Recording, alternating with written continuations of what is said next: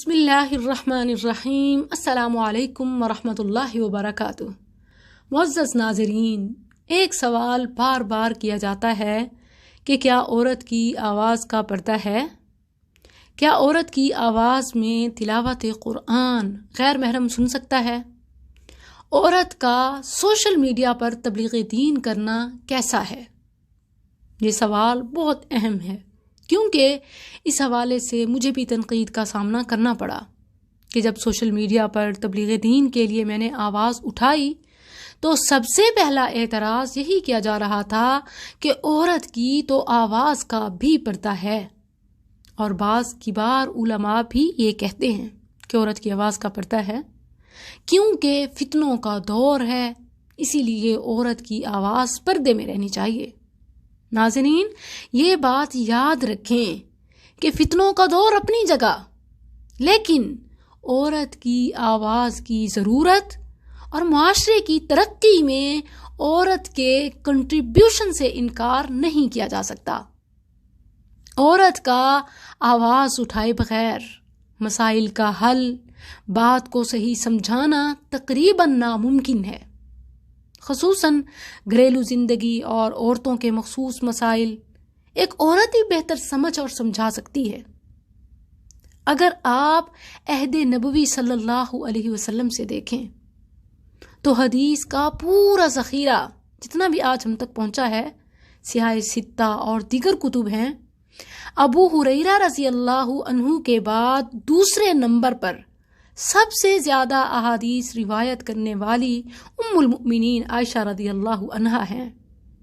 ناظرین، یہ بات انتہائی اہم ہے کہ اگر کتب احادیث سے صرف عن عائشہ اسے ہٹا دیا جائے تو دین سمجھنا مشکل ہو جائے۔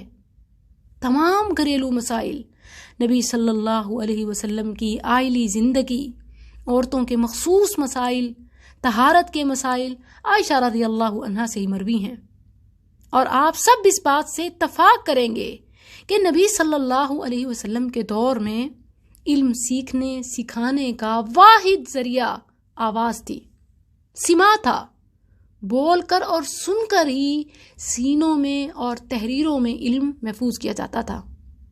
ام المؤمنین عائشہ رضی اللہ عنہا بھی نہ صرف صحابیات کو، نہ صرف مسلمان عورتوں کو، بلکہ صحابہ کرام رضوان اللہ علیہم اجمعین کو بھی نبی صلی اللہ علیہ وسلم کی فیملی لائف خصوصاً اور عموماً عام شرعی مسائل تمام احادیث اس حوالے سے سناتی اور سمجھاتی تھیں۔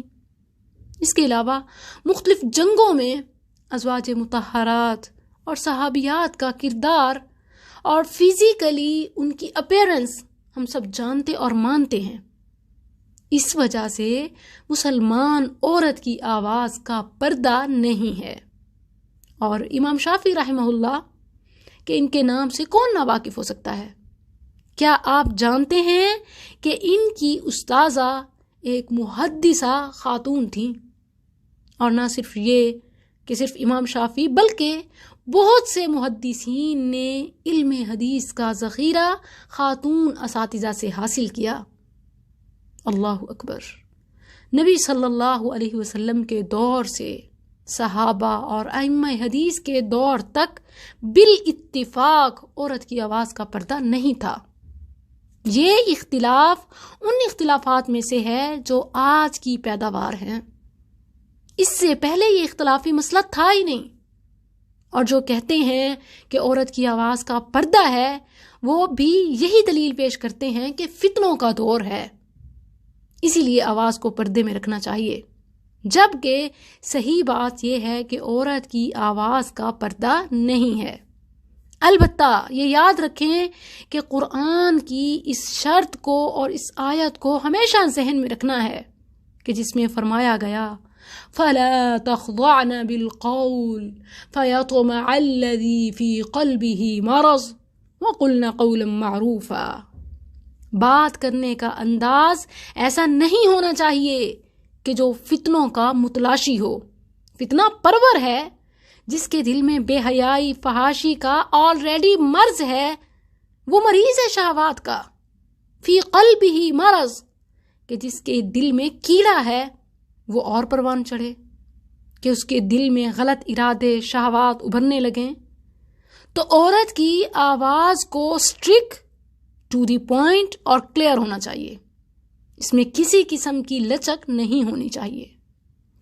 گویا اسلام نے عورت کی آواز کے حوالے سے جب یہ شرط لگائی تو گویا اسے آزادی دے دی کہ تم بات کر سکتی ہو، بات پر پابندی نہیں ہے، آواز پر پابندی نہیں ہے، بس یہ خیال رکھنا فلا تخضعن بالقول، حق بات ضرور کہنا، آواز کا پردہ نہیں ہے، لیکن آواز میں لچک اور شہوت کے مریض کے لیے کوئی ویک پوائنٹ نہیں ہونا چاہیے۔